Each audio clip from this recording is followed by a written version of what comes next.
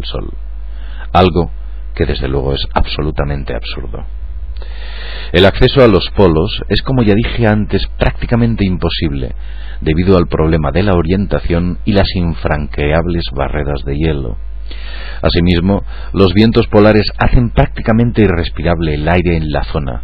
No obstante, hay un curioso ejemplo del Dr. Fridtjof Nansen, un famoso explorador polar que comenzó a ingresar sin saberlo en la zona que bordea la apertura polar.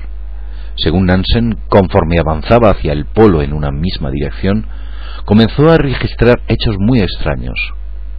El clima se tornaba más cálido y la brújula giraba y fallaba hasta hacerse inservible. Él se sentía extraviado.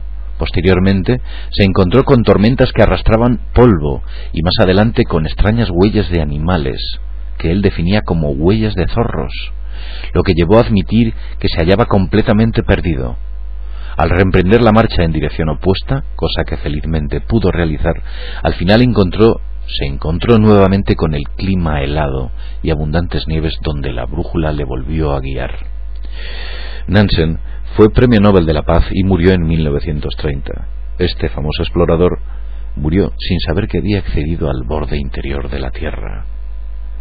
También, en 1929, el explorador George H. Wilkins ya hablaba de extrañas experiencias y su intento de conquistar el Polo Sur. Estas experiencias las relata en su libro Tierra Desconocida. Byrd, como ya dije anteriormente, fue elegido en 1947 para dirigir una enorme flota de asalto pertrechada con el material bélico más poderoso y potente que tenía Estados Unidos. Destructores, submarinos, portaaviones y un enorme número de tropas se preparaban para una campaña que, con la excusa de colonizar el Polo Sur, trataron infructuosamente de acceder al interior del continente helado.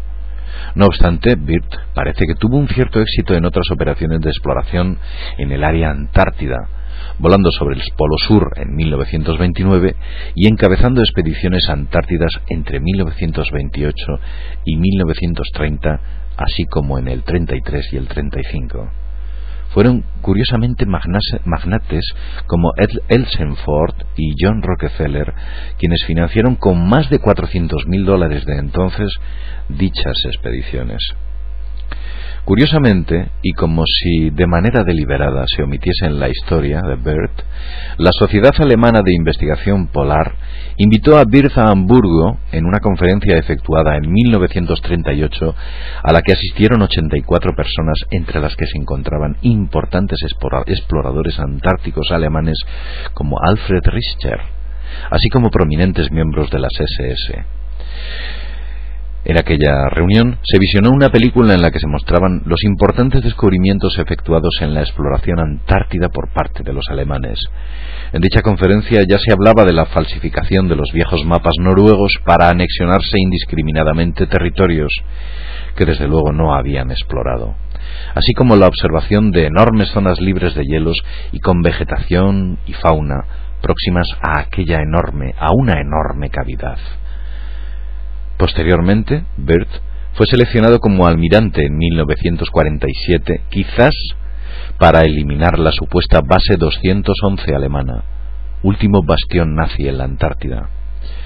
Pero de esto quizás deberíamos hablar en otro programa.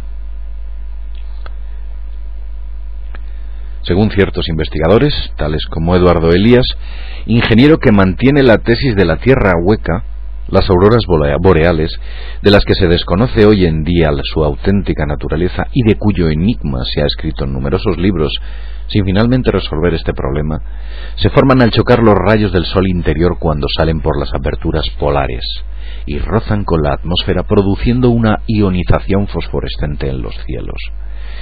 Estas auroras se ha descubierto recientemente que forman parte de enormes coronas polares que bien podían deberse a este efecto si la ciencia sionista aceptase la teoría de la Tierra hueca.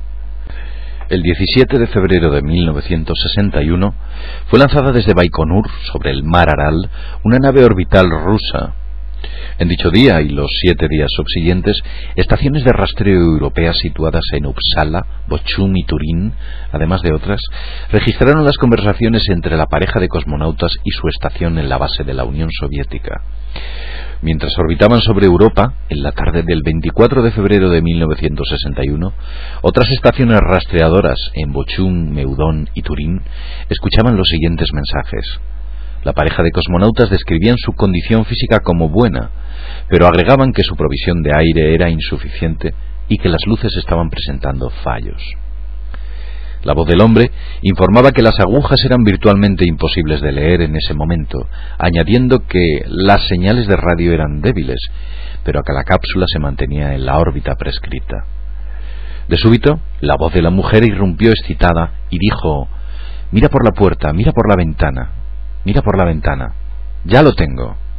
A los pocos segundos, el hombre irrumpió: «Aquí, aquí, aquí hay algo».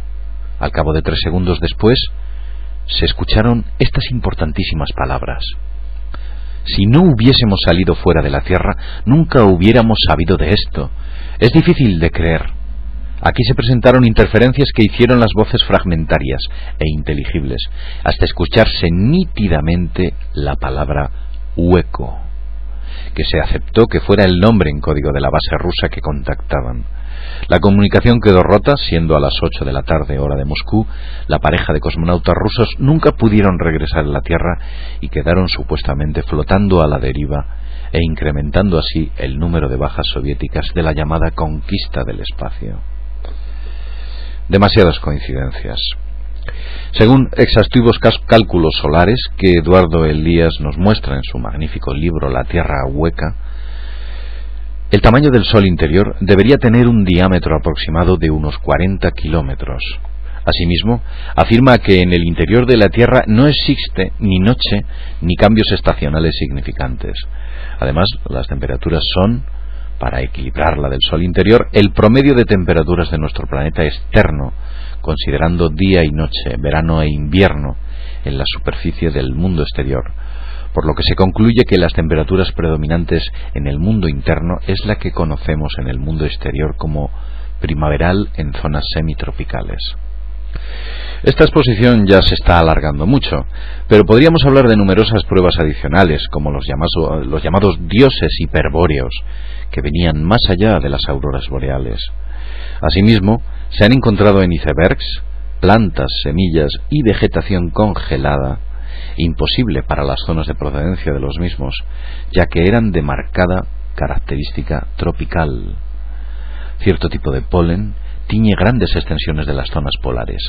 ¿De dónde sale ese polen? ¿Por qué hace más calor en los polos que a 1500 kilómetros de ellos? ¿Por qué los vientos árticos se vuelven más calurosos cuando se traspasan los 70 grados de latitud?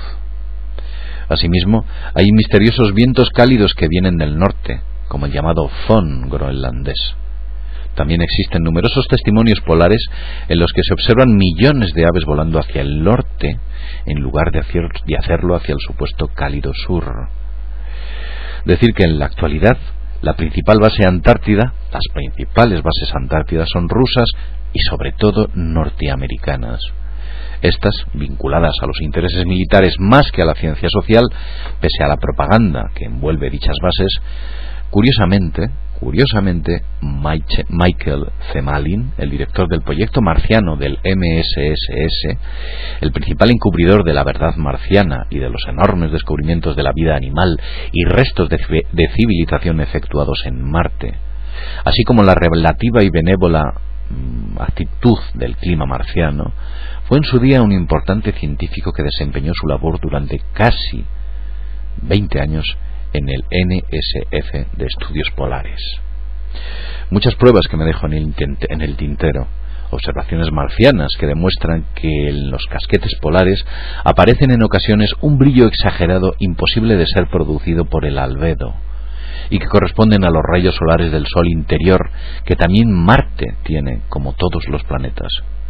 La Luna también dispone de aperturas solares, pero a diferencia de la Tierra y de otros astros, su Sol interior está muerto, apagado. Si observamos la formación de muchas nebulosas, vemos cómo se forman en anillo, en caparazón, con una masa central, y en la que se aprecian aperturas polares también, como por ejemplo la nebulosa del Anillo en la constelación de Lira. Son muchas las pruebas y testimonios que me dejo en el tintero, pero esta larga exposición ya ha sido suficientemente extensa, como siempre digo. Creo que lo mejor es que cada uno saque sus propias conclusiones. Desde Mundo Desconocido, sin más, agradeceros la audición de este programa y esperando a que volváis a repetir esta audición en los próximos venideros. Muchas gracias por haber asistido y hasta la próxima.